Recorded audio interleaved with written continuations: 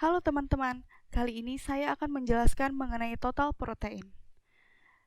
Protein merupakan senyawa organik yang kompleks.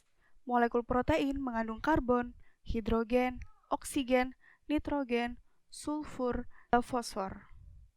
Dengan struktur kimia, asam karboksilat, asam amino, dan juga ikatan peptida. Di dalam protein terdapat 20 asam amino yang berbeda, dengan masing-masing rantai R yang berbeda pula. Berdasarkan biosintesisnya, asam amino jadi beberapa klasifikasi. Yang pertama, asam amino esensial. Asam amino esensial ini sangat penting bagi tubuh, tetapi tubuh tidak bisa memproduksinya, sehingga kita membutuhkan asupan dari luar tubuh seperti makanan. Yang kedua, asam amino no esensial. Tubuh kita bisa memproduksi sendiri dan bisa juga didapatkan dari makanan. Yang ketiga, ada conditional essential yang hanya bisa diproduksi oleh tubuh kita keadaan khusus, seperti tubuh kita yang sehat. Fungsi protein yang pertama, protein sebagai penyusun komponen dari sel. Glikoprotein. Protein terlibat dalam fungsi pertahanan tubuh. Protein melawan infeksi bakteri maupun virus, contohnya adalah imunoglobulin. Enzim sebagai protein, di mana mengkatalis reaksi kimia dalam tubuh. 4. Protein sebagai pengatur kontraksi dari otot, yang disebut dengan protein kontraktil, dan juga miosin, transportasi substansi di dalam tubuh.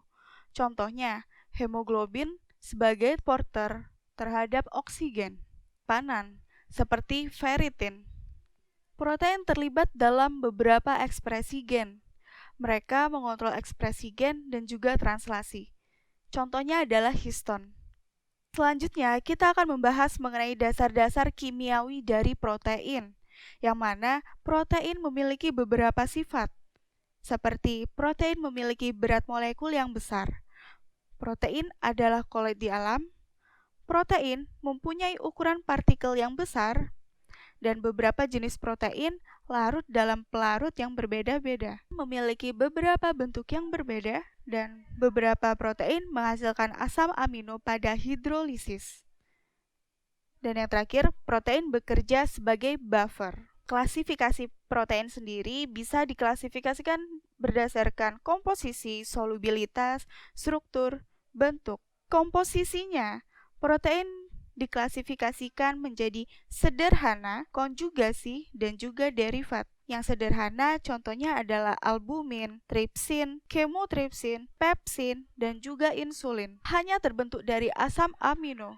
Selanjutnya adalah protein konjugasi yang mengandung bagian non-protein yang dilekatkan pada bagian protein. Contohnya adalah metaloprotein dari iron dan juga ferritin. Selanjutnya adalah protein derivat. Protein dibentuk dari protein sederhana dan juga konjugasi. Contohnya adalah albumin, pepton, peptida. Selanjutnya, berdasarkan solubilitas atau kelarutannya, protein seperti albumin larut dalam air dan garam. Selanjutnya ada globulin yang tidak larut dalam air, tetapi larut di dalam garam. Selanjutnya ada glutelin, larut dalam asam dan alkali cair. Lalu ada protamin yang larut dalam air dan juga amonia. Selanjutnya ada histon yang larut dalam air dan asam cair. Lalu prolamin larut dalam alkohol yang cair. Lalu skleroprotein tidak larut dalam air, asam maupun alkalis cair. Selanjutnya berdasarkan bentuk. Berdasarkan bentuk, protein ada protein globular dan juga protein fibros. Protein globular merupakan rantai polipeptida protein yang berlipat dalam globular yang padat. Contohnya ada hemoglobin, mioglobin, albumin, lisozim, dan kemotripsin. Lalu yang fibros ada rantai polipeptida diperpanjang pada satu aksis. Contohnya adalah alfa keratin, beta keratin, dan juga elastin.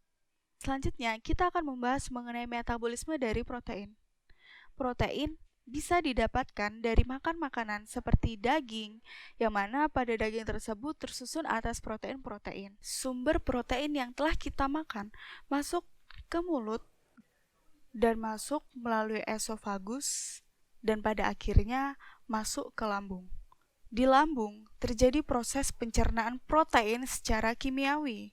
Nah, pertama kali proses pencernaan kimiawi ini dimulai di lambung karena menghasilkan enzim pepsinogen yang mana ini adalah bentuk inaktif. Nah, di lambung sendiri tersekresi HCl atau asam klorida yang mana akan mengaktifasi pepsinogen menjadi pepsin. Protein bisa dihidrolisis menjadi asam amino dan juga oligopeptida. Selanjutnya polipeptida masuk ke dalam usus halus atau duodenum, yang mana di sini protein didigesti dan juga diabsorpsi. Nah, sebenarnya pankreas mulai mensekresi beberapa enzim yang membantu digesti protein ini sendiri. Yang pertama ada tripsinogen, lalu ada kemotripsinogen, lalu ada prokarboksipeptidase. Tripsinogen diaktifasi menjadi tripsin, yang mana tripsin ini sendiri akan mengubah kemotripsinogen menjadi kemotripsin, dan prokarboksipeptidase tadi diubah menjadi karboksilase.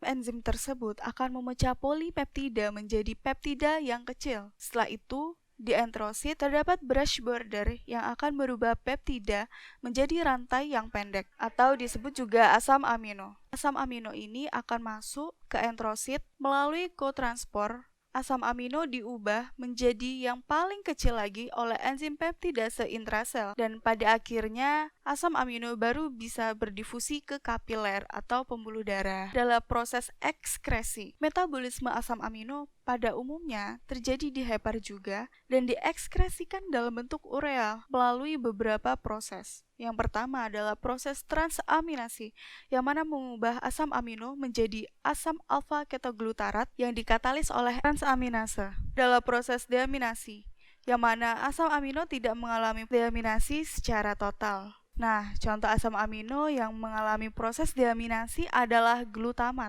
yang mana glutamat akan diubah menjadi amonia yang bersifat racun. Nah, siklus yang ketiga adalah siklus urea, yang mana amonia dikeluarkan oleh ginjal dan diubah menjadi urea. Protein-protein yang ada di plasma. Nah, protein plasma sebagian besar tersusun atas albumin. Albumin merupakan protein plasma yang paling banyak, lebih dari 50% total dari protein plasma. Albumin adalah protein pembawa yang tidak larut seperti asam lemak dan juga bilirubin.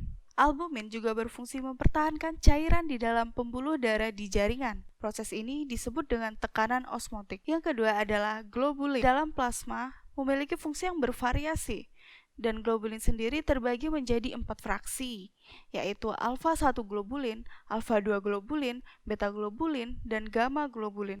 Selanjutnya adalah aplikasi klinis dari total protein ini. Karena di dalam tubuh kita sebagian besar adalah albumin, sehingga aplikasi klinisnya merujuk pada hiperalbumin dan juga hipoalbumin. Kondisi yang menyebabkan hiperalbumin seperti dehidrasi, multiple myeloma, penyakit hati menahun, dan juga proliferasi sel. Selanjutnya, pada kondisi hipoalbumin, contohnya adalah malabsorpsi, malnutrisi, hepatitis akut, dan juga edem. Nah, untuk materi total protein cukup sampai di sini, selebihnya bisa ditambahkan sendiri. Semoga bermanfaat.